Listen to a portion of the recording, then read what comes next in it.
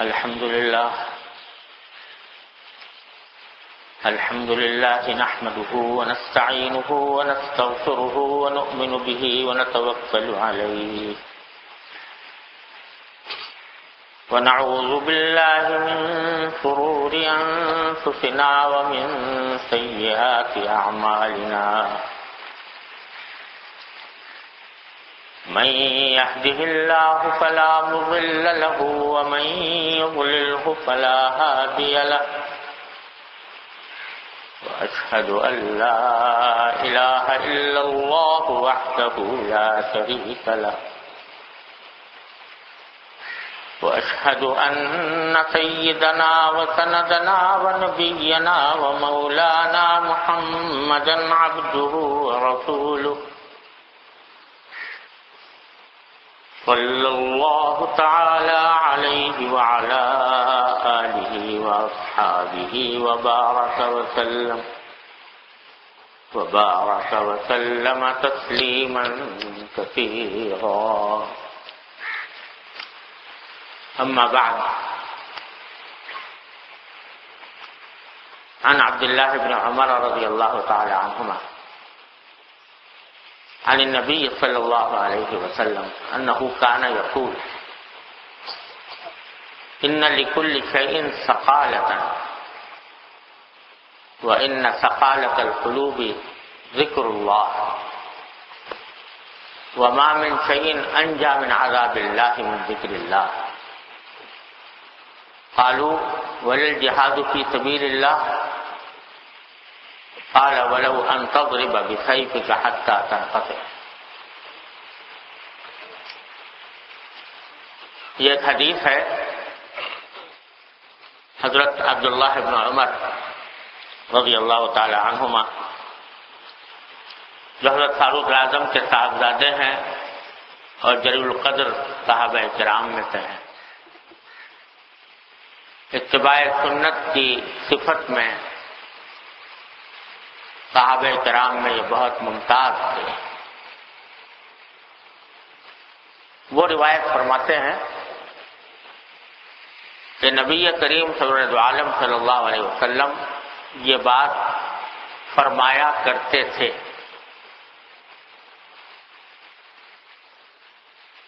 یہ عنوان جو اختیار فرمایا حضرت عبداللہ بن عمر رضی اللہ تعالیٰ عنہ نے، یہ بھی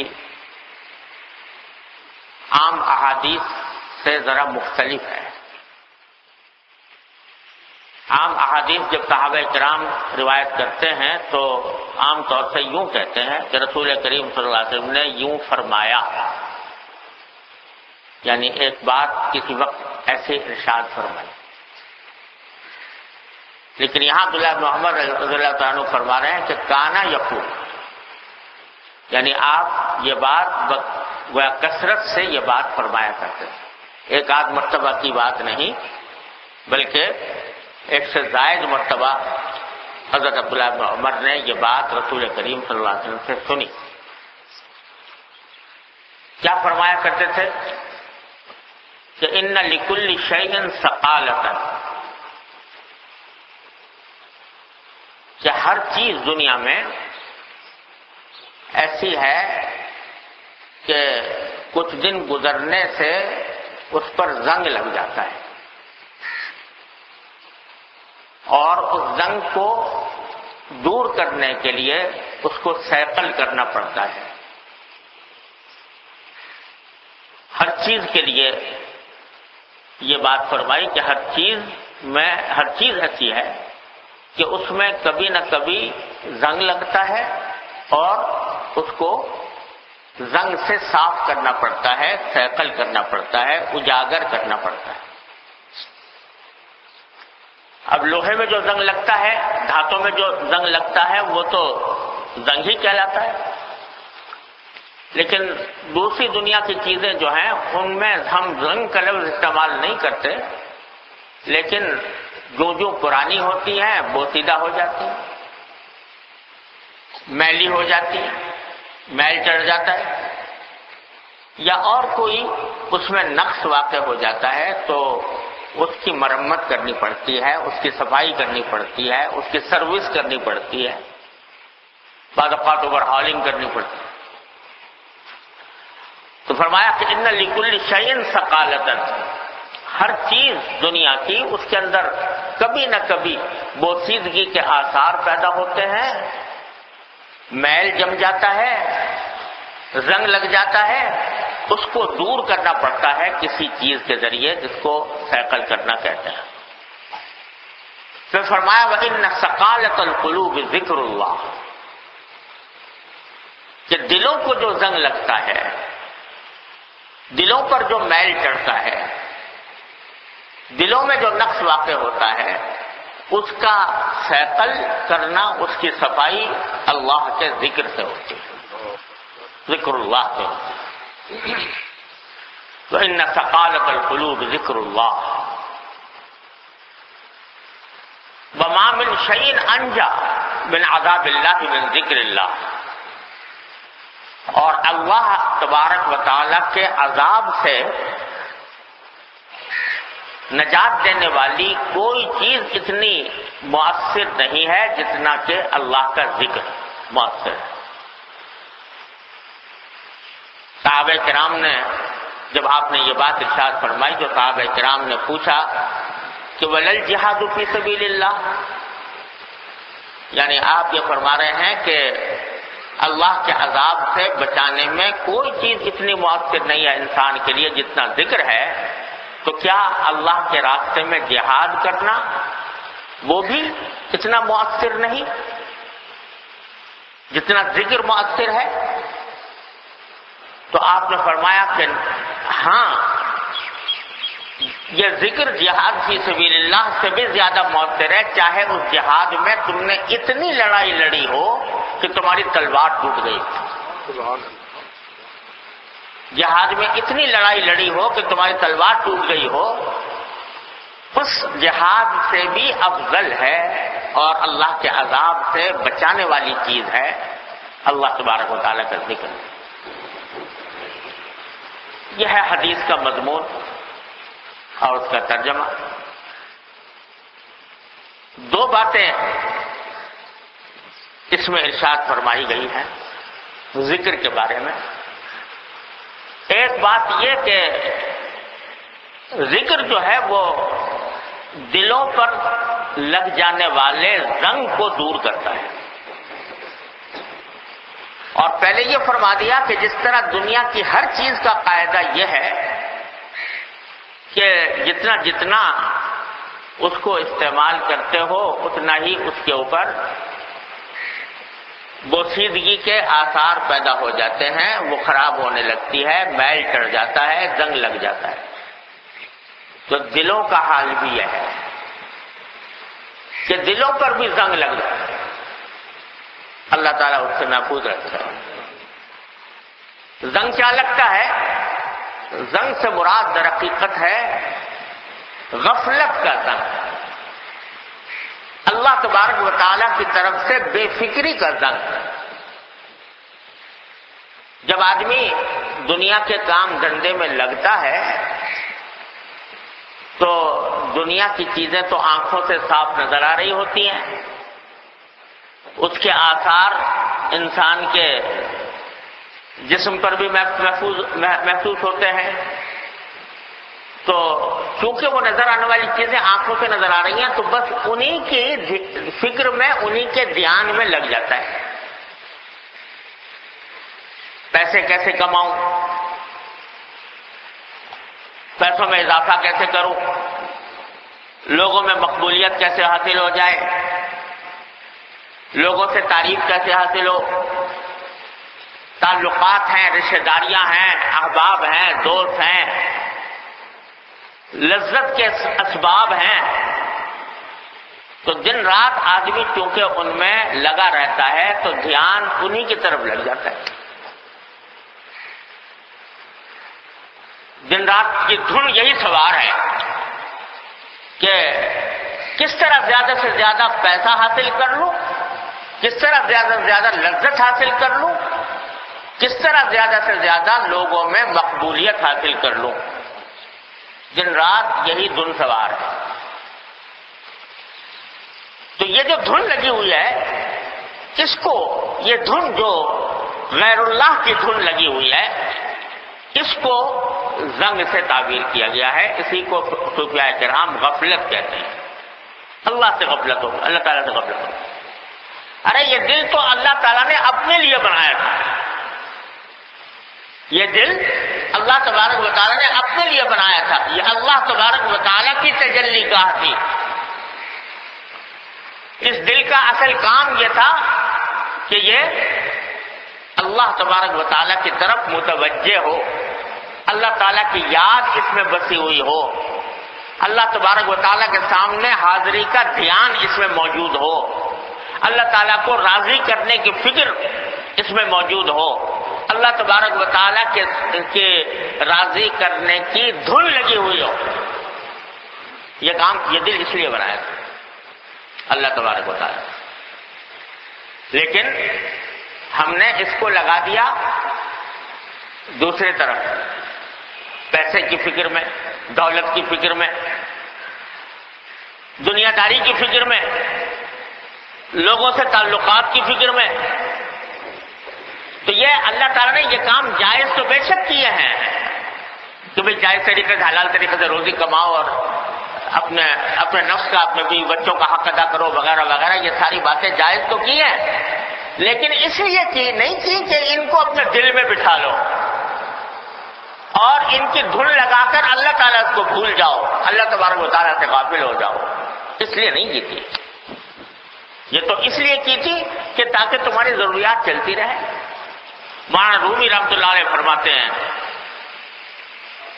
تمثیلوں کے بادشاہ ہیں امام مولانا رومی رحمۃ اللہ علیہ, وہ فرماتے ہیں کہ دیکھو یہ دنیا کی جتنی چیزیں ہیں, چاہے وہ پیسہ ہو, دولت ہو, مکان ہو, گاڑی ہو, بیوی ہو, بچے ہوں, دوست احباب ہو, عزیز رشتے دار ہو, یہ ساری دنیا جو ہے یہ اس کے بغیر انسان کا گزارا بھی نہیں ہے.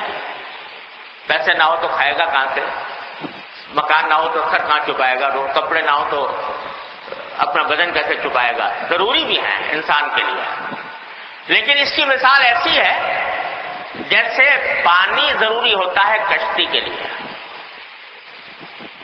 کشتی جو ہے وہ پانی کے بغیر نہیں چل سکتی. کشتی کو اگر خشکی پہ چلانا چاہو تو نہیں چلے گی. کشتی کو دھکا دینے کے لیے, کشتی کو چلانے کے لیے پانی کی ضرورت ہے, اور پانی بڑا مفید ہے اس کشتی کے لیے, لیکن اسی وقت تک فائدہ مند ہے جب تک کہ پانی اس کے آگے پیچھے دائیں بائیں رہے. پانی اگر اس کے دائیں بائیں ہوگا, آگے پیچھے ہوگا تو اس کو دھکا دے کے چلائے گا, لیکن وہی پانی اگر دائیں بائیں سے ہٹ کر کشتی کے اندر آ جائے تو وہی پانی جو اس کو دھکا دے رہا تھا وہ کشتی کو ڈبو دے گا. تو فرمایا اسی طرح یہ دنیا کی جتنی بھی چیزیں ہیں, مال و دولت ہے اور عیش و عشرت ہے اور شہرت ہے اور مقبولیت ہے اور لوگوں سے تعلقات ہیں, یہ بے شک ضروری ہے, لیکن ایسے ہی ضروری ہے جیسے کشتی کے لیے پانی ضروری ہوتا ہے. لیکن تم نے اگر ان پانی کو اٹھا کر اپنے دل کی کشتی کے اندر جگہ دے دی تو وہ کشتی کو ڈبو دے گا. فرماتے ہیں آپ اندر زیر کشتی پشتیت, آپ در کشتی ہلاک کشتیت. آپ اندر زیر کشتی پشتیت, جب تک پانی کشتی کے نیچے نیچے ہے تو اس کو دھکا دیتا رہتا ہے, لیکن جب وہ پانی کشتی کے اندر آ کر داخل ہو جائے تو وہ اس کے لیے ہلاکت کا, تباہی کا سبب بن جاتا ہے. تو یہ دنیا اور دنیا کے مال و اسباب جو کچھ ہیں تمہارے لیے بے شک ضرورت ہے, لیکن اسی وقت تک ہے جب تک کہ تمہارے چاروں طرف رہیں, تمہارے دل کے اندر نہ گھسیں. دل کے اندر گھس گئے تو یہ تباہ کر ڈالے. تو حقیقت یہ ہے کہ بڑی عجیب مثال دی ہے مولانا رومی رحمۃ اللہ علیہ نے کہ بے شک سب اللہ تعالیٰ نے سب جائز کر دیا تمہارے لیے, یہ بھی کرو وہ بھی کرو, لیکن اس کو اس حد تک رکھو کہ یہ تمہارے دل کی کشتی کے اندر داخل نہ ہو. حدیث میں رسول کریم صلی اللہ علیہ وسلم نے ایک مثال دی ہے. فرمایا کہ ایک جہاز جا رہا تھا، پانی کا جہاز، اور اس میں 2 منزلیں تھیں، 2 منزلہ جہاز۔ کچھ لوگ اوپر کی منزل میں بیٹھے ہیں، کچھ لوگ نیچے کی منزل میں بیٹھے ہیں۔ اب اوپر کی منزل والوں کو جب پانی کی ضرورت پیش آتی ہے تو وہ نیچے اترتے ہیں اور سمندر سے پانی بھر کے اوپر لے کے جاتے ہیں، تو نیچے کی منزل والے جو ہیں وہ پریشان ہوتے ہیں کہ یہ پانی لینے کے لیے کہاں سے، نہیں بلکہ نیچے والی منزلی کی منزل چونکہ پانی کے نیچے ہے تو وہ لینے کے لیے اوپر جاتے ہیں، تو اوپر والے پریشان ہوتے ہیں کہ ہمارے پاس یہ پانی لے کر آ رہے ہیں کہ پانی گر رہا ہے کو۔ تو فرمایا کہ بعض بیوقوف لوگوں نے سوچا کہ پانی لینے کے لیے ہمیں اوپر جانا پڑتا ہے اور وہاں سے پانی ہمیں لانا پڑتا ہے، تو لاؤ کشتی کے اندر ایک سوراخ کرتے ہیں تو وہیں سے پانی لے لیا کریں۔ تو جو لوگ ایسا کریں گے تو دوسرے لوگ اگر ان کو روکیں گے نہیں کہ خبردار یہ حرکت نہ کرنا ورنہ کشتی ڈوب جائے گی، اگر روکیں گے نہیں تو ساری کشتی تباہ ہو جائے گی، لیکن اگر روک دیا تو پھر اس ہلاکت سے تباہی سے بچ جائے۔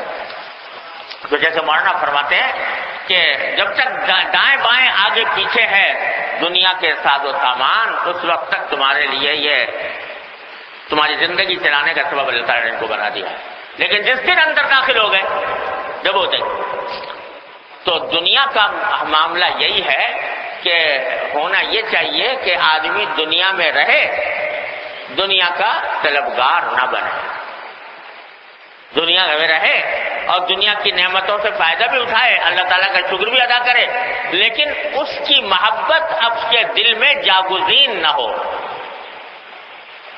حضرت خواجہ مجذوب صاحب رحمۃ اللہ فرماتے ہیں دنیا میں ہوں دنیا کا طلبگار نہیں ہوں، دنیا میں ہوں دنیا کا طلبگار نہیں ہوں، بازار سے گزرا ہوں خریدار نہیں ہوں۔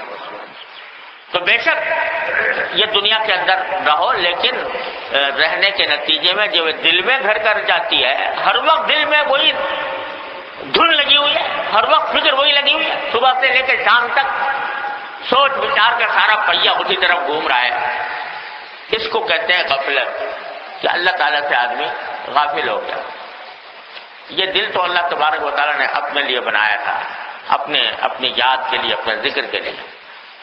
تو جب دنیا میں رہنے کے نتیجے میں اور دنیا کے مال و اسباب کو برتنے کے نتیجے میں یہ غفلت طاری ہونے لگتی ہے، یہ زنگ لگ جاتا ہے، تو اس زنگ کو دور کرنے کا اللہ تعالیٰ نے ذریعہ بنایا ہے ذکر اللہ، اللہ کا ذکر۔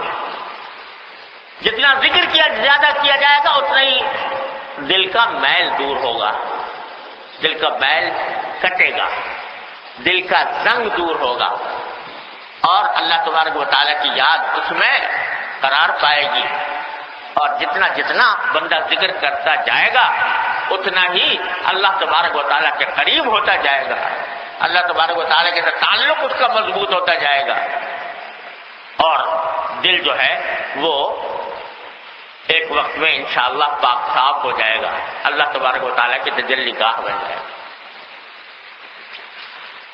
تو یہ مطلب ہے کہ تمام چیزوں کے لیے کوئی چیز سائیکل کرنے والی ہوتی ہے، اور دلوں کا سائیکل وہ اللہ کا ذکر ہے۔ جب آدمی اللہ کے ذکر کی عادت ڈال لیتا ہے تو پھر یہ خیالات آتے ضرور ہیں، دنیا کے خیالات پھر بھی آتے ہیں، لیکن ساتھ ساتھ وہ میل کٹتا بھی جاتا ہے۔ حضرات صحابہ کرام رضی اللہ تعالیٰ عنہ کو اس دل کو سیفل کرنے کی بڑی فکر رہتی تھی۔ یہاں سے ایک صحابی ہے حضرت حنظلہ رضی اللہ تعالیٰ عنہ، وہ ایک مرتبہ نبی کریم صلی اللہ علیہ وسلم کی خدمت میں حاضر ہوئے اور آ کر بڑے تشویش کے ساتھ حضرت صلی اللہ علیہ وسلم سے عرض کیا کہ حضرت نافق حنظلہ، حنظلہ تو منافق ہو گیا، یعنی میں منافق ہوں۔ حضور نے پوچھا بھائی کیا بات ہے؟ تو عرض کیا کہ اپنے اندر مجھے نفاق محسوس ہوتا ہے اس واسطے کہ جب تک آپ کی مجلس میں بیٹھا رہتا ہوں، آپ کی باتیں سنتا رہتا ہوں، اس وقت تک تو ایسا نظر آتا ہے کہ جنت اور جہنم آنکھوں کے سامنے نظر آ رہی ہے، آخرت کا کی فکر دل میں رہتی ہے، ایسا کہتے ہیں جنت آنکھوں سے دیکھ رہا ہوں، جہنم آنکھوں سے دیکھ رہا ہوں، دل آخرت کی طرف لگا ہوا ہے، اللہ تعالیٰ کی طرف لگا ہوا ہے جب تک آپ کی مجلس میں رہتا ہوں۔ جب گھر میں جاتا ہوں اور بیوی بچوں کے ساتھ اٹھنا بیٹھنا ہوتا ہے تو سب کچھ بھول جاتا ہوں، پھر وہ کیفیت باقی نہیں رہتی جو آپ کی مجلس میں رہ کر ہوتی ہے۔ اس لیے مجھے تو یہ معلوم ہوتا ہے کہ میں منافق ہو گیا، کیونکہ یہاں تو میں ایمان والی بات کر رہا ہوں اور وہاں جا کر بھول جاتا ہوں۔ نبی کریم صلی اللہ علیہ وسلم نے تسلی دی ان کو اور کہا کہ نہیں، یہ وقت وقت کی بات ہے، وقت وقت کی بات ہے، یہ ایسا ہوتا ہے کہ بھائی شروع میں ایک وقت میں ایک چیز کا دھیان زیادہ ہوا، دوسرے وقت میں کم ہو گیا، لیکن جو آدمی یہ عادت ڈالتا جائے گا ذکر اللہ کی تو انشاءاللہ یہ میل بھی ساتھ ساتھ کرتا رہے گا۔ ٹھیک ہے، وہاں جا کے کچھ میل لگا، پھر آ گئے، پھر کٹ گیا، پھر آ گئے، پھر کٹ گیا۔ بالکل یہی بات حضرت حکیم الامت صلی اللہ تعالیٰ سرہ سے ایک حضرت کے متعلقین میں سے ایک شخص نے پوچھی کہ حضرت جب تک آپ کی مجلس میں رہتے ہیں، آپ سے تعلق رہتا ہے تو بڑا اطمینان رہتا ہے اور اپنے آپ کو دل کو پاک صاف محسوس کرتے ہیں، جب اٹھ کے جاتے ہیں تو کچھ دنوں میں وہ اثر ظاہر ہونے لگتا ہے۔ تو حضرت نے اس کا جواب یہ دیا تھا کہ بھئی کیا بات ہے، میں تو دھوبی ہوں، کپڑے میلے ہو جاتے ہیں، دھوبی کے بعد بھیج کے دھلوا لیتے، تو میں بھی دھوبی ہوں، جب کپڑے میلے ہونے لگے بھیج دو میرے پاس، آ جاؤ تو دھل جائیں گے انشاءاللہ۔ یہ دھلتے دھلتے دھلتے دھلتے پھر الحمدللہ ایسی صورت ہو جاتی ہے کہ میں دھلے ہوئے ہی رہتے ہیں۔ یہ بزرگوں کی صحبت سے اللہ تبارک و تعالیٰ یہ چیز عطا فرما دیتے ہیں کہ وہ رفتہ رفتہ پھر اور ذکر اللہ سے عطا فرما دیتے ہیں۔ جتنا جتنا ذکر آدمی کرتا جائے گا اللہ تبارک و تعالیٰ کے فضل و کرم سے اتنی ہی غفلت کا زنگ دور ہوتا جائے گا اور اللہ تبارک و تعالیٰ اپنے ساتھ تعلق میں استحکام اور مضبوطی اور استقامت عطا فرمائے ہیں، بشرطے کہ آدمی لگا رہے، چھوڑے نہیں۔ پچھلے مجلسوں میں نے عرض کیا تھا کہ کچھ وقت تھوڑا سا یہ ہو لیکن اس کام کے لیے نکال لیا کہ اس میں اللہ تعالیٰ کا ذکر کریں، اور میں نے چند اذکار بھی بتائے تھے کہ یہ ذکر کرنے کا کی عادت ڈالیں، معمول بنا لیں۔ شروع میں جب آدمی کام شروع کرتا ہے تو شیطان کو تو اچھا نہیں لگتا نا کہ یہ آدمی راستے پر پڑ رہا ہے، اللہ تعالیٰ کی طرف جا رہا ہے، تو اس کو تو یہ پسند آتی نہیں بات، لہذا وہ طرح طرح کے حربے استعمال کرتا ہے۔ ایک حربہ اس کا یہ ہوتا ہے کہ پہلے تو یہ ہوتا ہے کہ دل نہیں لگتا، دل نہیں لگتا، بیٹھنا چاہ رہا ہے لگتا نہیں، تو آدمی گھبرانے لگتا ہے کہ میں تو گویا اس کا مستحق ہی نہیں، اس کا اہل ہی نہیں کہ میں ذکر کروں، کیونکہ میرا دل ہی نہیں لگتا ذکر کے اندر۔ سب سے پہلا حربہ اس کا یہ ہوتا ہے، اور چونکہ دل نہیں لگتا، دل گھبرانے لگتا ہے، تو آدمی بعض اوقات یہ سوچتا ہے کہ بغیر دل لگے جو میں زبان سے الفاظ ادا کر رہا ہوں، جپ رہا ہوں زبان سے، فائدہ کیا اس کا جب دل ہی نہیں لگ رہا، چھوڑ بیٹھتا ہے۔ تو خوب سمجھ لیجئے کہ دل لگے یا نہ لگے، دل لگے یا نہ لگے، ہر حالت میں اللہ تبارک و تعالیٰ کا ذکر فائدہ ہی فائدہ ہے۔ فرض کرو کہ آپ نے آدھا گھنٹہ اللہ تعالیٰ کے ذکر کے لیے نکالا ہوا ہے اور اس میں 1 منٹ بھی دل نہیں لگا، 1 منٹ بھی دل نہیں لگا، لیکن کرتے رہے تم، چھوڑا نہیں.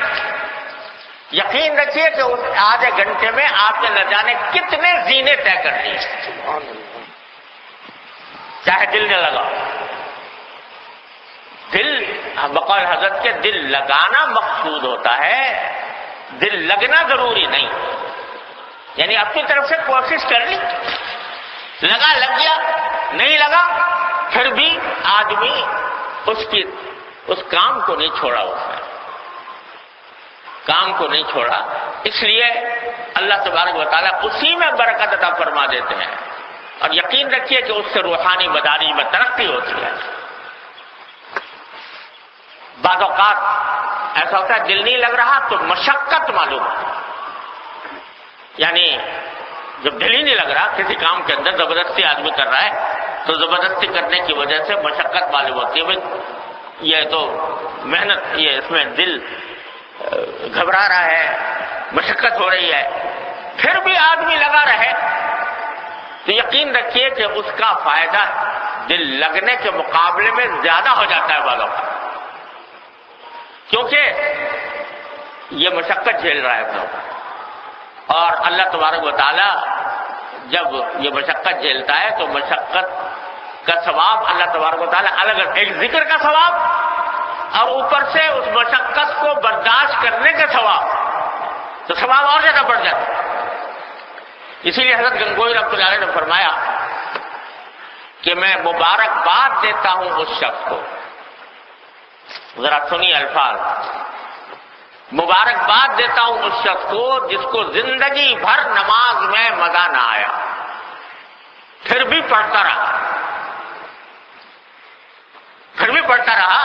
تو اس کو میں مبارکباد دیتا ہوں اس واسطے کہ اس کو ڈبل ثواب ملے گا. ایک ثواب ذکر کا، نماز کا، دوسرا مشقت اٹھانے کا، تو اسے مشقت اٹھائے تو ڈبل ثواب ملے گا. جسے مبارکباد دیتا ہوں. تو یہ گھبرانے کی بات نہیں ہے، یہ تو اور زیادہ فائدے کی بات ہے اگر مشقت ہو رہی ہے. حدیث میں آتا ہے کہ ایک شخص ہے جو قرآن کریم بڑی روانی سے پڑھتا ہے، قرآن کریم روانی سے پڑھتا ہے، خوب اچھی طرح حروف ادا کرتا ہے اور پھر بھی تیزی سے پڑھتا چلا جاتا ہے، اور 15 منٹ میں ایک پارہ پڑھ لیا، اسے 20 منٹ میں ایک پارہ پڑھ لیا. ایک آدمی وہ ہے جس نے ابھی ابھی پڑھنا سیکھا ہے، اٹک اٹک کے پڑھتا ہے، 15 منٹ میں اس سے ایک سبق بھی نہیں پڑھا جاتا، اس لیے کہ اٹک رہا ہے. فرمایا کہ یہ جو اٹک اٹک کے پڑھ رہا ہے اس کا ثواب پہلے والے سے، روانی سے پڑھنے والے کے مقابلے میں اس کا ثواب زیادہ ہے، کیونکہ وہ تو آسانی سے پڑھ گیا، کوئی تکلیف نہیں ہوئی، کوئی مشقت نہیں ہوئی. یہ مشقت اٹھا رہا ہے تو اس مشقت کا ثواب اللہ تبارک و تعالیٰ کے ہاں زیادہ ہوتا ہے. تو یہ نہ سمجھو کہ دل نہیں لگا یا خیالات ادھر ادھر منتشر رہے تو اس سے ذکر کی روحانیت میں کوئی کمی آ گئی، کوئی کمی نہیں آتی. ارے اللہ تبارک و تعالیٰ کو جو اصل چیز مطلوب ہے وہ تو اتباع ہے. جو حکم دیا گیا تھا، جس بات کو کہا گیا تھا، بندے نے وہ کام آ کے کر لیا، چاہے کسی حالت میں کر لیا، اللہ تعالیٰ کیا مقبول ہے انشاءاللہ. ہمارے حضرت والا حضرت عارفی قدس اللہ تعالیٰ سرہ، اللہ تعالیٰ ان کے درجات بلند فرمائے، ایک دن بڑے جوش کے ساتھ اور بڑی تاکید کے ساتھ ایک مضمون بیان فرمایا، اور حقیقت یہ ہے کہ بڑا عظیم مضمون یہ تھا کہ کون سے عمل میں، کس کے عمل میں روحانیت زیادہ ہے. لوگ یہ سمجھتے ہیں کہ اگر عبادت میں، ذکر میں، تسبیح میں، تلاوت میں آدمی محو ہے، لطف آ رہا ہے، لذت آ رہی ہے اور اللہ تعالیٰ کی طرف دھیان لگا ہوا ہے، تو اس ذکر میں، اس عبادت میں روحانیت زیادہ ہے. اور اگر آدمی عبادت انجام تو دے رہا ہے لیکن دل کہیں ہے اور دماغ کہیں ہے تو اس میں روحانیت کم ہے. حضرت فرماتے ہیں یہ بات صحیح نہیں، ہر حالت میں صحیح نہیں. یہ آدمی کے اوپر منحصر ہوتا ہے. پھر حضرت نے ایک مثال دی کہ ذرا ایک مثال سے سمجھو اس بات. ایک آدمی ہے جو عمر کے آخری حصے میں پہنچ گیا ہے، ریٹائرڈ لائف گزار رہا ہے، ریٹائرڈ زندگی گزار رہا ہے. نہ کہیں ملازمت پہ جانا، نہ کہیں دکان کھولنی، نہ کوئی اور اس کے ذمہ داری ہے، کوئی فریضہ دنیا کے کاموں میں سے اس کے اوپر ہے نہیں. گھر میں پینشن آتی ہے، آرام سے گزارا کرتا ہے اور خالی ہے. اب وہ رات کے آخری حصے میں اٹھتا ہے تہجد کے لیے، تہجد پڑھتا ہے، پھر اٹھ کے سویرے نماز کے لیے نکلتا ہے، جاتا ہے. جب اذان کا منتظر رہتا ہے، اذان ہوئی تو بس فوراً وضو کر کے مسجد میں پہنچا، جا کر تحیۃ الوضو پڑھی، تحیۃ المسجد پڑھی، نفلیں پڑھی، انتظار میں بیٹھ گیا. نماز شروع ہوئی، اللہ اکبر، تو پورا دھیان لگا ہوا ہے نماز کی طرف اور اللہ تعالیٰ کی ان تعبد اللہ کانک تراہ، وہ کیفیت پیدا ہو رہی ہے. ایک آدمی یہ ہے، بظاہر دیکھنے میں لگتا ہے کہ اس کی روحانیت بہت زیادہ ہے. دوسرا ایک آدمی وہ ہے کہ جس کے سر 1000 دندے ہیں، اپنے بیوی بچوں کا پیٹ پالنا ہے اس کے لیے ٹھیلے پر ٹھیلا لگا کے وہ سامان بیچ رہا ہے، اور ٹھیلا لگا کے سامان بیچ رہا ہے اور بیچتے کہیں کھڑا ہوا، لوگ خریدار آ رہے ہیں، کسی کو پیسے دے رہا ہے، کسی کو لے رہا ہے. یہاں تک کہ اذان ہو گئی، اذان کے بعد بھی سلسلہ کچھ تھوڑا بہت جاری رہا، یہاں تک کہ لیکن خیال آیا کہ جماعت تیار ہے مسجد میں. جلدی سے بھاگ دوڑ کے ٹھیلے کو ایک جگہ کہیں اٹکایا اور جلدی آ کر وضو کیا اور اللہ اکبر آ کے کھڑا ہو گیا نماز میں. اب نماز میں کھڑا تو ہو گیا، لیکن دل میں غیر اختیاری طور پر خیالات آ رہے ہیں، میں ٹھیلا رکھ کے آیا ہوں، اس کے اندر پتہ نہیں کوئی چور نہ آ جائے، کوئی ڈاکو نہ آ جائے، کوئی اور جھگڑا کرنا ہو جائے، اور ابھی فلاں سے سودا کیا تھا اس میں یہ بات ہو گئی تھی وغیرہ وغیرہ. اس قسم کے خیالات بسے ہوئے، لیکن لگا ہوا ہے نماز میں، اللہ اکبر. تو اور نماز بھی اس طرح پڑھی کہ دل کہیں اور دماغ کہیں، لیکن پڑھ لی اور اس تجارت اور سودے نے اس کو جماعت میں حاضری سے روکا نہیں. خیالات منتشر کر دیے، دل دماغ کہیں اور لگا دیا، لیکن روکا نہیں اس نے. تو قرآن کیا کہتا ہے کہ رجال اللہ تلیہم تجارت ولا بیع عن ذکر اللہ. یہ وہ بندے ہیں کہ جن کو کوئی تجارت اور کوئی بیع یعنی خرید و فروخت ان کو اللہ کے ذکر سے غافل نہیں کرتی. تو اس نے غافل نہیں کیا، وقت پر آیا کہ ٹھیک طریقے سے وہ وضو کیا، جماعت میں کھڑا ہو گیا، ٹھیک ہے، دل دماغ کہیں اور چلا گیا. حضرت فرماتے ہیں لوگ سمجھتے ہیں کہ پہلے آدمی کی روحانیت زیادہ ہے کیونکہ اس نے خوب دل لگا کے نماز پڑھی تھی، خوب اس کا اللہ تعالیٰ کی طرف توجہ رہی تھی اور اللہ تعالیٰ کی طرف وہ انابت حاصل ہوئی تھی، اور دوسرے شخص کا دل کہیں تھا، دماغ کہیں تھا، اس کی روحانیت زیادہ سمجھتے ہیں. حضرت فرماتے ہیں دوسرے آدمی کی روحانیت زیادہ ہے. سبحان اللہ. دوسرے آدمی کی روحانیت زیادہ ہے، اس واسطے کہ اس روحانیت کے کیا معنی ہے؟ روحانیت کے معنی یہ ہے کہ بندہ اپنے اللہ کے حکم کا تابع بن جائے اور دنیا کی کوئی چیز اسے اللہ تعالیٰ کے حکم سے بے پرواہ نہ کر سکے. یہ ہے روحانیت. اور اس کی تھوڑی سی تشریح میں آپ کے سامنے یہ کر دوں، ہے تو ذرا دقیق بات لیکن آسان کر کے کوشش کرتا ہوں عرض کرنے کی. اللہ تبارک و تعالیٰ توفیق عطا فرمائے. کہ دیکھو انسان جو ہے نا وہ 3 چیزوں سے مرکب ہوتا ہے. 3 چیزوں سے مرکب ہوتا ہے. ایک اس کا جسم ہے، یہ جو ہمیں نظر آ رہا ہے. ایک نفس ہے. نفس ایک ایسی چیز ہے جو لذیذ چیزوں سے لذت لیتی ہے اور تکلیف دہ چیزوں سے اس کو تکلیف محسوس ہوتی ہے.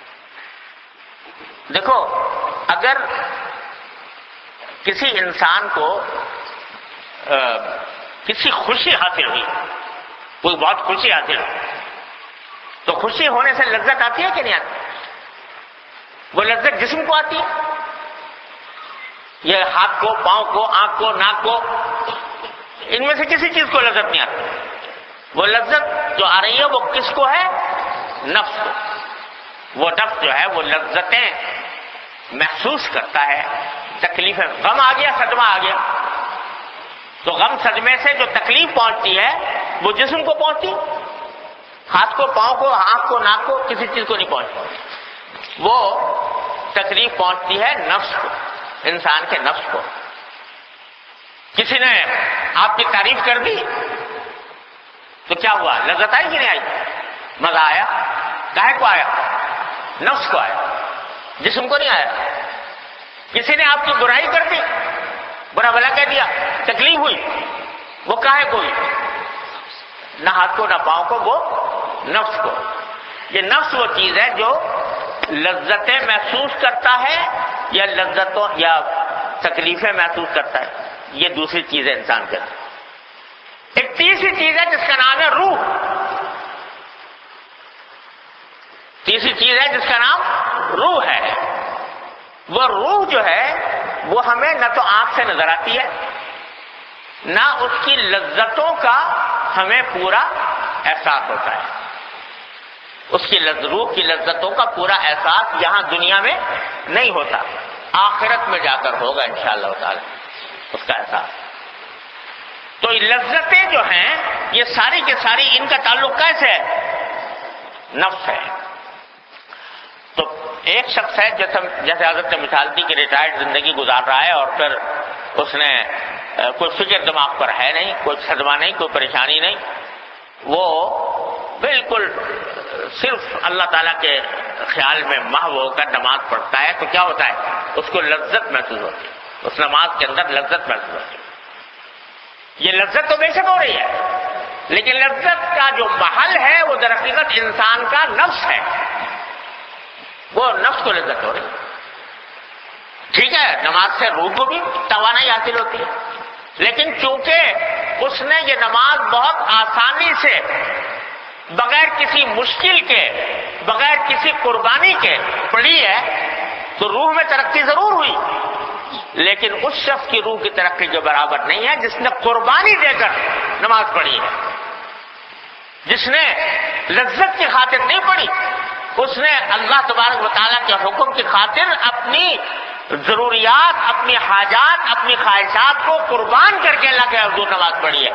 اس کی وجہ، اس کے اندر جو روحانیت ہے، اس کی روحانیت کی ترقی جو اس کو حاصل ہوئی ہے وہ پہلے آدمی کو نہیں حاصل ہو سکتی. یہ ہے بات جس کی وجہ حضرت نے فرمایا کہ روحانیت اس سے زیادہ ہے.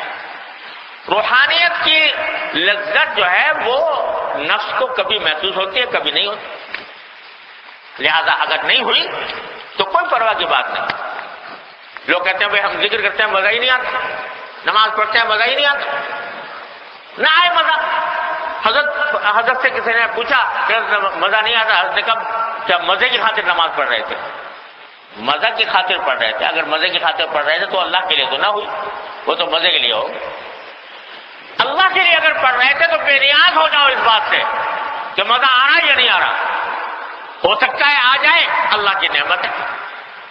ہو سکتا ہے نہ آئے، وہ دوسری نعمت ہے.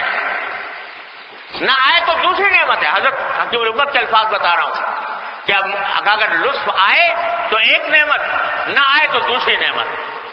لطف آئے تو نعمت ہے کہ وہی آسان کرتی ہے اللہ تعالیٰ نے میری نماز کو، اور نہ آئے تو دوسری نعمت ہے کہ اللہ تعالیٰ ڈبل ثواب دے رہے ہیں، دوہرا ثواب عطا فرما رہے ہیں. لہذا یہ اس فکر میں نہ رہنا چاہیے کہ بھائی دل گھبرا رہا ہے. ارے گھبرانے تو دل گھبرایا کرے، مگر گھبرانے کے باوجود اس کام کو نہ چھوڑو. دل گھبرا رہا تھا، بظاہر پریشانی ہو رہی تھی، مشقت ہو رہی تھی، لیکن لگا رہا. وہ اللہ تعالیٰ کو بڑا پسند ہے وہ بندہ کہ جو اللہ کے حکم کی اطاعت میں لگا رہے، چاہے دل گھبرائے، چاہے دل مشقت لاحق ہو، چاہے کچھ ہو. وہ تو جب ہوتا کیا ہے کہ دل تو چاہ رہا ہے کہ یہ قید سے آزاد ہو کر نکلوں گئی باہر، قید سے آزاد ہو کے جانا چاہتا ہے کہیں، لیکن اللہ کے لیے وہ اپنے اس دل کی خواہش کو قربان کر رہا ہے. تو جتنا اس دل کے اوپر چوٹ لگاؤ گے، اللہ تبارک و تعالیٰ کے حکم کے آگے اس کو قربان کرنے کے لیے چوٹ لگاؤ گے، جتنا چوٹ لگاؤ گے اتنا ہی یہ دل اللہ تبارک و تعالیٰ کے قریب ہوگا، اتنا ہی اللہ تبارک و تعالیٰ کی تجلی گاہ بنے گا. تو یہ جو چوٹیں لگتی ہیں نا، مشقت کی چوٹیں، کہ دل چاہ رہا ہے کہ نگاہ غلط جگہ پر ڈال لوں، اس سے لذت لے لوں، اور اس مشقت جھیل کر مشقت اٹھا کر نظر کو پھیر لیتا ہے ادھر سے اللہ کے حکم کی وجہ. دل پہ چوٹ تو لگی، یعنی نفس پر چوٹ تو لگی کہ دل چاہ رہا تھا مگر نہیں، دماغ اس طرف گیا نہیں، چوٹ تو لگی. لیکن حدیث میں فرمایا جو اللہ کے حکم کی خاطر یہ چوٹ لگا لے، اللہ تعالیٰ اس کو ایمان کی حلاوت عطا فرماتا. تو یہ بڑا عارفانہ شعر کہہ گئے اقبال مرحوم کہ نہ بچا بچا کے تو رکھ اسے کہ یہ آئینہ ہے وہ آئینہ، نہ بچا بچا کے تو رکھ اسے، یعنی دل کو، نفس کو، اصل میں دل سے مراد یہاں نفس ہے. نہ بچا بچا کے تو رکھ اسے کہ یہ آئینہ ہے وہ آئینہ، جو شکستہ ہو تو عزیز تر ہے نگاہ آئینہ ساز. جس نے یہ آئینہ بنایا ہے اس کو پسند ہی یہ ہے کہ اس پر چوٹیں لگیں، یہ ٹوٹے، اس کے ٹکڑے ہوں، اللہ تبارک و تعالیٰ کی اطاعت میں اس کے ٹکڑے ہوں. جتنے ٹکڑے ہوں گے اتنا ہی عزیز تر ہوگا نگاہ آئینہ تھا. نہ بچا بچا کے تو رکھ اسے کہ یہ آئینہ ہے وہ آئینہ، جو شکستہ ہو تو عزیز تر ہے نگاہ آئینہ ساز. اور یہ حدیث کا مضمون ہے. حدیث فرمایا ان اللہ مع المنکسرۃ قلوبہم، اللہ تعالیٰ ان دلوں کے ساتھ ہوتا ہے جو ٹوٹے ہوئے دلوں کے ساتھ ہوتا ہے اللہ تبارک و تعالیٰ. اور ہمارے حضرت شعر پڑھا کرتے تھے، ہمارے حضرت کو شعر کا بڑا اعلیٰ ذوق تھا. شعر پڑھا کرتے تھے اسی بات کو بیان فرماتے ہوئے کہ ذرا دل کو چوٹیں مارا کرو، دل سے مراد نفس، اس کو چوٹیں مارا کرو کہ یہ کسی طرف لے جانا چاہ رہا ہے تمہیں، تم اس کو موڑ کر دوسری طرف لاؤ، تو چوٹیں مارو اس کو. جب چوٹ لگاؤ گے اور اس کو ذرا تھوڑا سا ان کے اوپر ضربیں لگیں گی تو یہ اللہ تبارک و تعالیٰ کے قریب ہوگا. تو اس کو شعر پڑھا کرتے تھے کہ یہ کہہ کے کاسا ساز نے پیالہ پٹک دیا، یہ کہہ کے کاسا ساز نے پیالہ پٹک دیا، اب اور کچھ بنائیں گے اس کو بگاڑ کے. کہ ایک پیالہ بنایا بنانے والے نے، پہلے بنایا اور بنا کے اس کو پٹک دیا، پٹک کے توڑ دیا. اور کیا کہہ کے توڑا کہ اب اور کچھ بنائیں گے اس کو بگاڑ کے. یعنی چوٹ جو لگی ہے اس کے نتیجے میں بگڑا ہے، ٹوٹا ہے، لیکن اس ٹوٹنے کے نتیجے میں کچھ اور ہی بنا دیں گے اس کو، کچھ اور کائنات بن جائے گی، کچھ اور ہی وجود ہو جائے گا. اس سے کیا ہو جائے گا کہ اللہ کی تجلی گاہ بن جائے گا. یہ ہے اللہ اکبر. تو بھائی یہ چوٹیں جو لگتی ہیں یہ ان سے گھبرانے کی بات نہیں ہے، یہ تو تمہارے مدارج کو ترقی دے رہی ہیں، تمہیں آگے لے جا رہی ہیں، یہ اللہ تبارک و تعالیٰ کے قریب کر رہی ہیں. تو میں نے بھی ایک شعر میں اس مضمون کو ادا کیا تھا، حضرت کو بھی کہ اس مضمون کو کہ اللہ اکبر،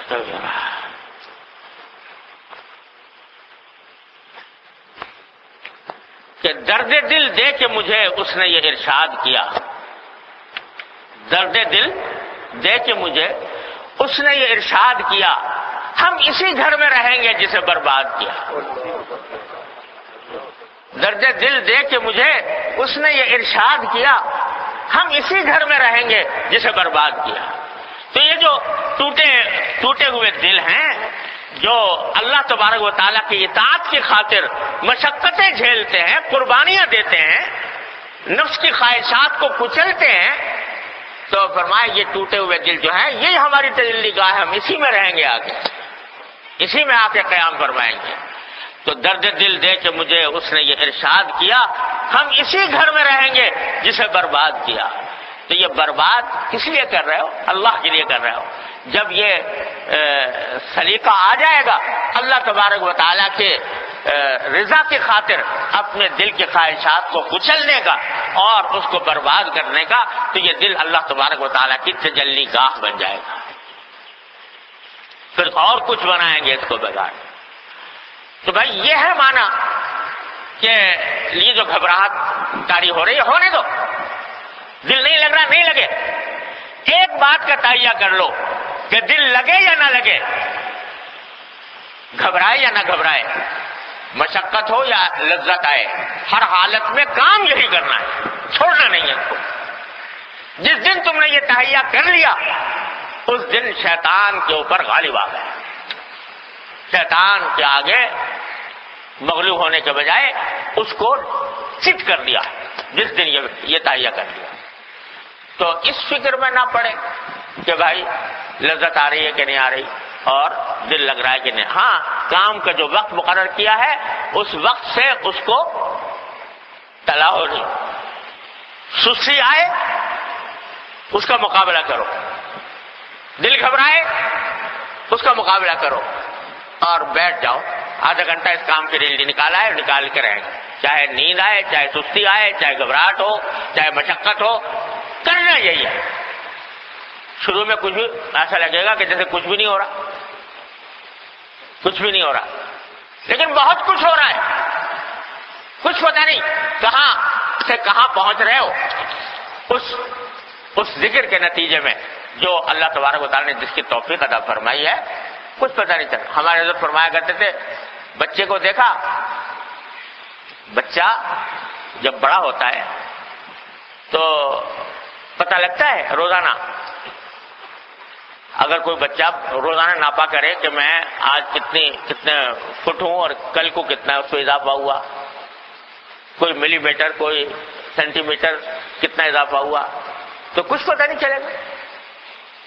لیکن اسی طرح ہوتے ہوتے وہ بڑا ہو جاتا ہے. معلوم ہوا آپ 5 فٹ کا ہو گیا، پھر 6 فٹ کا ہو گیا. روزانہ کے حساب سے بظاہر ترقی معلوم نہیں ہوتی، لیکن وہ ترقی ہو رہی ہے، نظر نہیں آ رہی. اس فکری میں نہ رہو کیا ترقی ہوگی.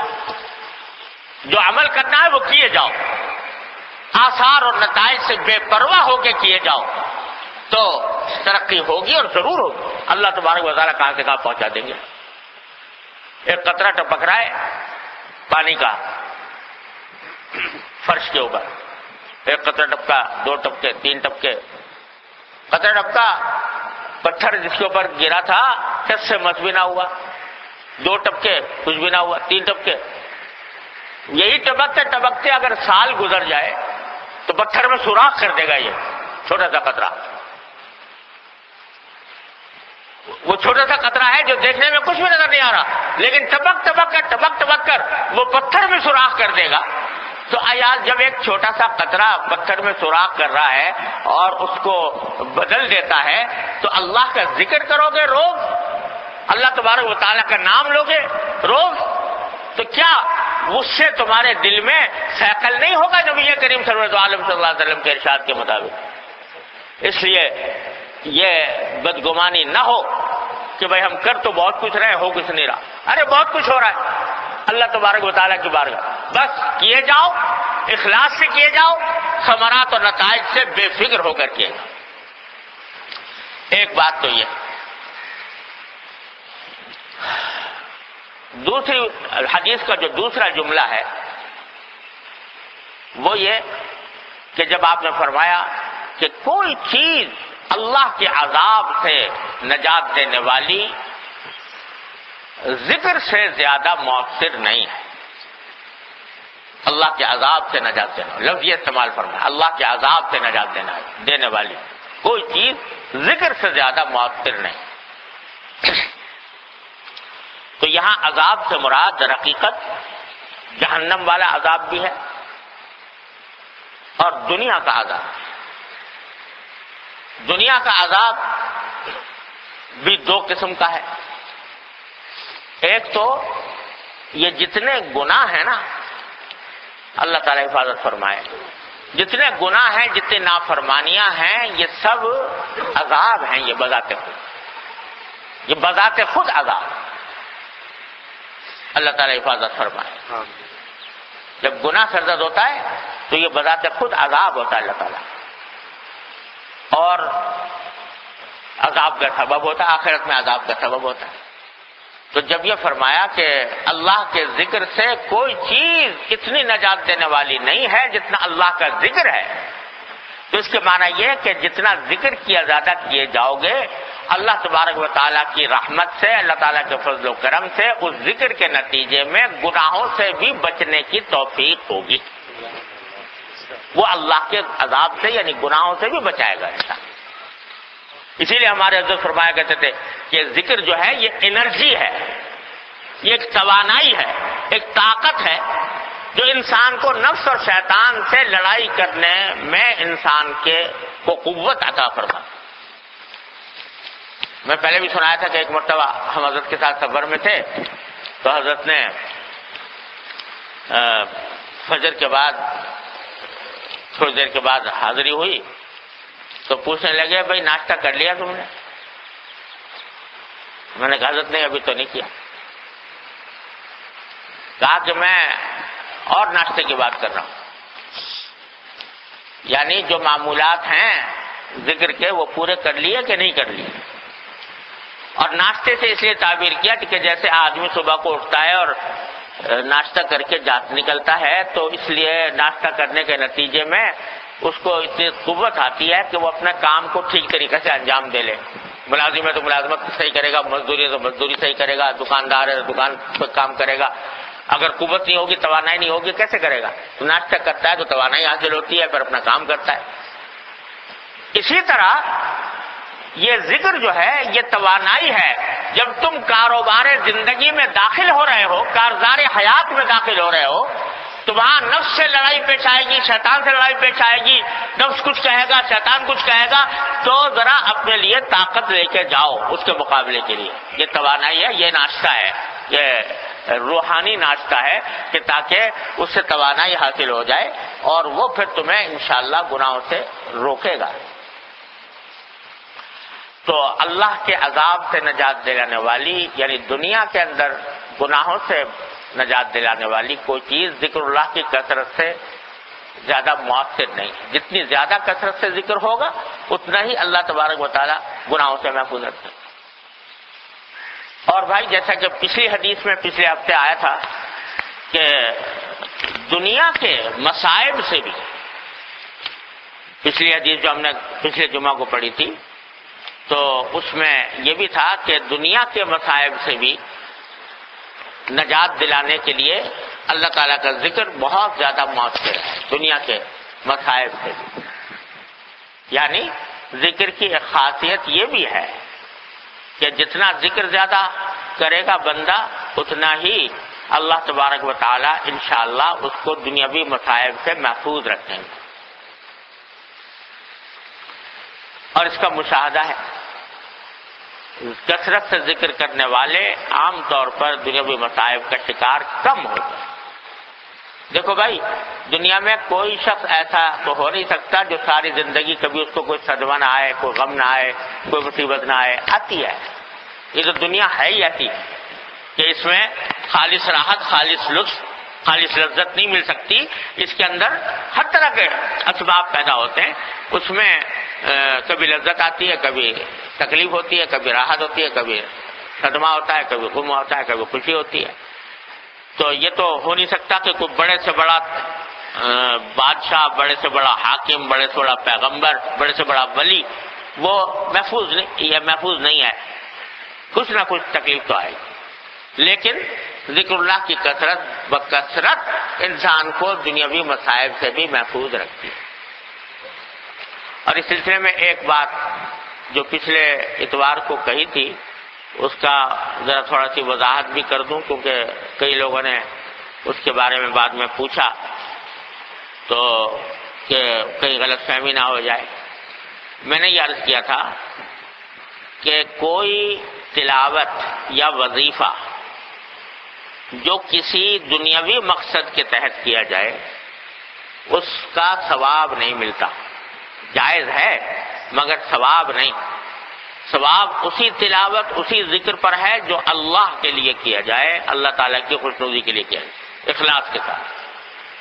باقی یہ جو وظیفے ہیں نا لوگوں میں کہ فلاں وظیفہ پڑھ لو تو اس سے یہ تکلیف دور ہوگی، فلاں وظیفہ پڑھ لو تو یہ اس سے فائدہ حاصل ہوگا، روزگار مل جائے گا، فلاں چیز حاصل ہو جائے گی، اس مقصد کے تحت اگر کوئی ذکر کیا جائے تو اس ذکر کا ثواب نہیں ہے،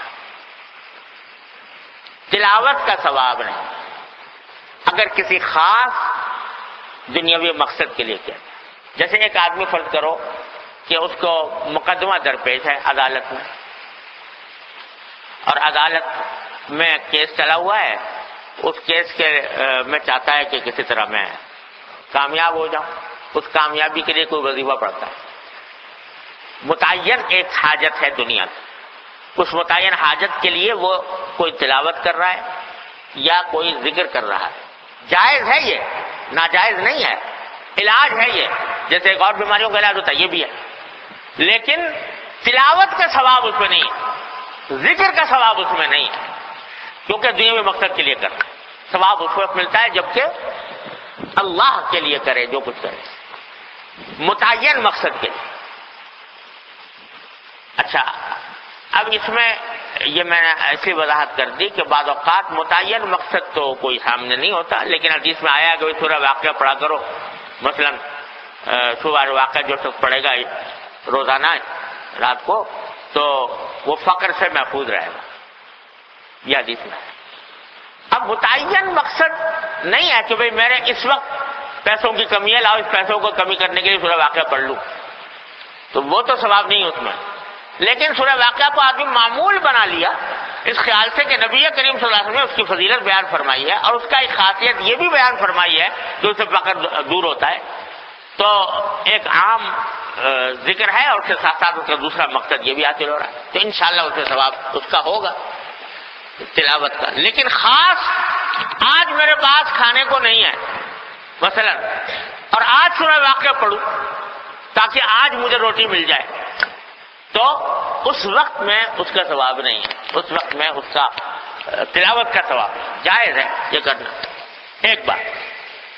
دوسری بات یہ کہ یہ بات کے بغیر دنیاوی مقصد سے کرنے میں ثواب نہیں ملتا، اس کا تعلق ذکر سے ہے، تلاوت سے ہے۔ لیکن دعا ایسی چیز ہے کہ چاہے دنیا کے مقصد کے لیے کرو اللہ تعالیٰ اس پر بھی ثواب عطا فرماتا ہے۔ یعنی جب دعا کرو کہ یا اللہ مجھے روزگار نہیں مل رہا، مجھے روزگار دے دے، روزگار کے لیے مانگ رہے ہو، لیکن وہ دنیاوی مقصد ہے، لیکن دعا مانگی اللہ تعالیٰ سے، اس دعا مانگنے پر ثواب ملے گا انشاءاللہ تعالیٰ، ضرور ملے گا، اس میں کوئی شک و شبے کی گنجائش نہیں۔ قرضہ ہو گیا، یا اللہ میرا قرضہ ادا کرا دے، یا اللہ میں بیمار ہوں مجھے شفا دے دے، میرا فلاں عزیز بیمار ہے اسے شفا دے دے، یہ جو دعائیں کر رہے ہیں چاہے وہ دعا دنیاوی مقصد کے لیے ہو، ثواب اس پر بھی ملتا ہے اللہ تبارک و تعالیٰ کی طرف سے۔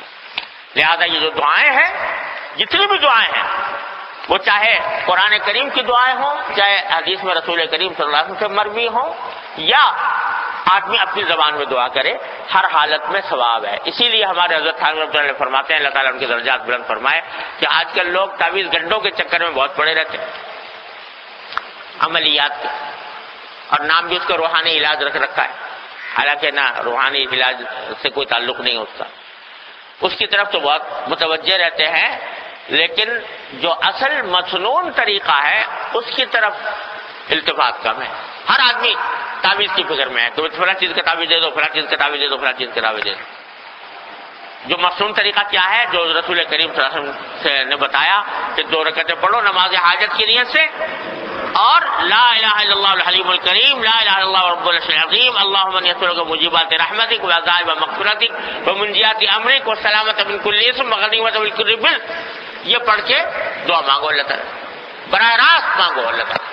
ہمارے حضرت حکیم الامت کا مذاق تو یہ تھا کہ بھائی میں تو تعویذ لکھانے سے تعویذ کرنے سے کچھ میری طبیعت اتنی نہیں چلتی، میرا اس میں زیادہ دل لگتا ہے کہ جو کچھ حاجت ہو براہ راست اپنے پروردگار کو پیش کر دیں کہ اللہ مجھے یہ حاجت ہے دور ہو، اس پر ثواب ہے، تعویذ پر کوئی ثواب نہیں، جھاڑ پھونک پر ثواب نہیں، جائز ہے ثواب نہیں، لیکن دعا مانگو اللہ تعالیٰ سے، جتنی مانگو گے اتنا ہی ثواب میں اضافہ ہوتا چلا جائے گا۔ اللہ تبارک و تعالیٰ اپنے فضل و کرم سے ہم سب کو یہ سمجھ عطا فرمائے اور اس پر عمل کی توفیق عطا فرمائے اور ذکر کی توفیق عطا فرمائے۔ اللہم صلی علی سیدنا مولانا محمد وعلی آل محمد کما صلیت علی ابراہیم وعلی آل ابراہیم انک حمید مجید۔ ربنا ظلمنا انفسنا وان لم تغفر لنا وترحمنا لنكن من الخاسرین۔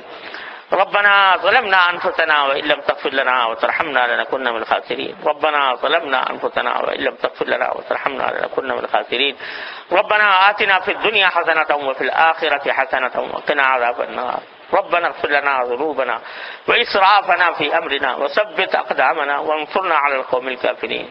یا ارحم الراحمین، اپنے فضل و کرم اپنے رحمت سے ہمارے تمام گناہوں کو معاف فرما۔ یا اللہ ہمارے تمام چھوٹے بڑے اگلے پچھلے خفیہ علانیہ ہر طرح کے گناہوں کو معاف فرما دے۔ یا اللہ اپنے رحمت سے ہمارے گناہوں کو معاف فرما دے، ہماری مکمل مغفرت فرما۔ یا اللہ ہمیں سیدھے راستے کی توفیق عطا فرما، اتباع سنت کی توفیق عطا فرما۔ یا اللہ دین کی صحیح سمجھ عطا فرما، اے اللہ اس پر عمل کی توفیق عطا فرما، اس پر استقامت عطا فرما۔ یا اللہ ہمیں ہمارے دلوں کو اپنے ذکر و فکر سے آباد فرما۔ یا اللہ ہمارے دلوں کو اپنے ذکر و فکر سے آباد فرما۔ اللہم اجعل وساوس قلوبنا خشیتک و ذکرک واجعل ہمتنا وہوانا فیما تحب و ترضی۔ یا اللہ اپنے رحمت سے اپنے فضل و کرم سے ہمارے دلوں کو اپنے ذکر و فکر سے آباد فرما دے۔ یا اللہ ہر طرح کے شر سے، معصیتوں سے، گناہوں سے، منکرات سے ہمارے گھر والوں، متعلقین، احباب سب کی حفاظت فرما۔ یا اللہ ہماری شامت اعمال کو اپنے فضل و کرم سے دور فرما۔ یا اللہ تمام حاضرین اور حاضرات کو ان کے تمام جائز مقاصد میں اپنے فضل و کرم سے کامیابی عطا فرما۔ اے اللہ سب کی پریشانیوں کو دور فرما، سب کی مشکلات کو آسان فرما۔ اے اللہ ہر طرح کے شر و فتنے سے ہماری حفاظت فرما۔ یا اللہ ہمارے ملک میں ترقی اور استحکام عطا فرما۔ یا اللہ یہاں سے بے دینی کو دور فرما دے، اپنے فضل و کرم سے بے دینی کو دور فرما دے۔ یا اللہ اپنے رحمت سے، اپنے فضل و کرم سے بے دینی کو دور فرما دے۔ یا اللہ عالم اسلام پر اس وقت دشمنوں کو جنرگاہ ہے اپنی رحمت سے، اس جنرگاہ سے عالم اسلام کو نکال دے۔ یا اللہ اپنے رحمت سے، اپنے فضل و کرم سے ہماری شامت اعمال کو دور فرما کر یا اللہ مسلمانوں کو امن، عافیت، ترقی اور استحکام عطا فرما، اپنے دین کے اوپر عمل کی توفیق عطا فرما، ہر طرح کے شر سے حفاظت فرما۔ یا اللہ تمام حاضرین و حاضرات کو ان کے تمام جائز مقاصد میں کامیابی عطا فرما۔ یا اللہ جن لوگوں نے ہم سے دعا کی درخواست کی ہے یا فرمائش کی ہے، اے اللہ اپنے رحمت سے، اپنے فضل و کرم سے ان سب کی دلی مرادوں کو پورا فرما دے۔ اللہم انا نسألک من خیر ما سألک منہ عبدک و نبیک محمد صلی اللہ علیہ وسلم ونعوذ بك من شر ما استعاذك منه عبدك ونبيك محمد صلى الله عليه وسلم ربنا تقبل منا انك انت السميع العليم وتب علينا انك انت التواب الرحيم وصلى الله تعالى على خير خلقه محمد وآله وصحبه اجمعين آمين برحمتك